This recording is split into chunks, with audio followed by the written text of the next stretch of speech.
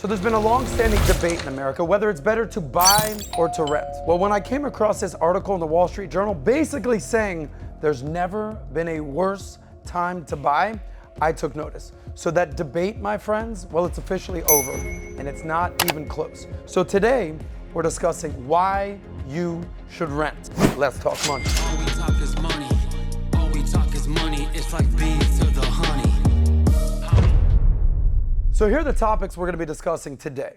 The American dream, the cost of home ownership, bang for your buck, big cities and even bigger costs, realtor commissions, and lastly, rather than dream, let's live in reality and focus on what you can do about it. Let's talk about the American dream. So a lot of people out there are basically saying the American dream is dead. Now, I don't think the American dream is dead. I just think it's changed. So traditionally, the cornerstone of the American dream was owning a home. According to LendingTree, 94% of consumers view home ownership as part of the American dream. In fact, Americans value home ownership far greater than a college degree, pursuing a career, or even raising a family. But the numbers tell a deeper story, where 84% of Americans want to become homeowners, but over half worry that they'll never own a home. Now let's get into the cost of home ownership. Look, I've been saying for years that owning a home is overrated and expensive. Don't believe me? Take a look at this Wall Street Journal article. Now officially, the math for buying a home no longer works. The cost of a home has surged by 80% in the last 8 years, and it is currently 52% more expensive to buy a home than to rent one. The average new monthly home payment is $3,300. Meanwhile, the average new monthly lease payment is $2,200. That's a difference of $1,100. So what would you do with an extra G in your pocket every month? Now let's talk bang for your buck. When it comes to buying, the numbers just don't look good.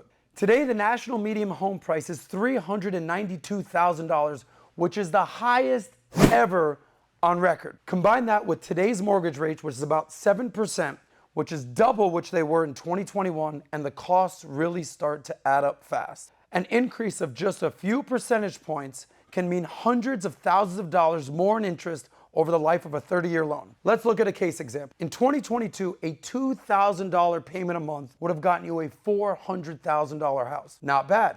Today, that same budget is going to land you a house worth $295,000. That's a quarter less house for the exact same price. Did you know that in 47 of the top 50 metro areas in America, it is cheaper to rent? I'm talking New York, LA, Chicago, Dallas, Houston, Atlanta, Phoenix, Philly, Boston, DC, all cheaper to rent. Now you might be asking, what are the 3 areas that it's better to buy than to rent? Well, you got Memphis, Pittsburgh, and Birmingham, Alabama.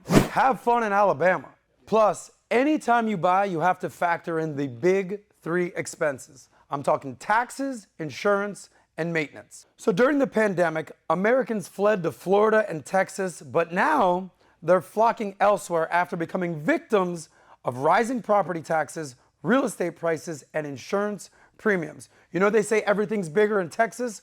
Well, so are the insurance premiums. And good luck affording a down payment in California. According to CNBC, California is home to the top 5 most expensive down payment markets in the US. So now let's get into a touchy subject, realtors' commissions. Look, no matter how cute that girl is that's showing you the house, she's gonna be pricey. So much so that not only are you paying way more for your house, mortgage, and carrying costs, it turns out you've been paying your realtor way more in commissions as well. A recent federal verdict found that the National Association of Realtors conspired to keep commission rates artificially high. The Consumer Federation of America predicts that the annual $100 billion in realtors' commissions may be reduced dramatically from the current 5 to 6% down to 3 to 4%. So what's the bottom line? When you factor in price, cost, insurance, premiums, commissions, it is now less affordable than any time in recent history to buy a home. And the bad news, it's not changing anytime soon. So where do you go from here? Well, until further notice, rent, roommates, girlfriend, family, whatever it is, the days of throwing money away renting is officially over. But here's the catch. Since you won't be owning a home and you won't be building equity in your home, you need to find a place to build equity. Whether that's your savings account, your investment portfolio, or your digital wallet, wherever you go or wherever you rent, these assets can grow without you being a homeowner. Low overhead and high flexibility is the key to life these days, especially if you're renting. But if you don't believe me, take it from legendary investor Warren Buffett.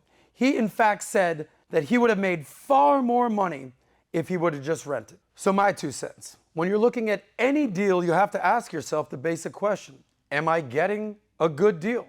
You have to ask yourself, is this deal cheap or is it expensive? Well, when it comes to today's real estate market and buying a home, it's incredibly expensive. Not only is it expensive, it's completely unaffordable for most of us. I'm here to tell you that if you do it right, renting is the best thing you can do these days. So now let's go back to that American dream. The best way to live your dream life is to make that money, save, invest, travel, live your best life, go where you want to go, do what you want to do, rent, and save that money.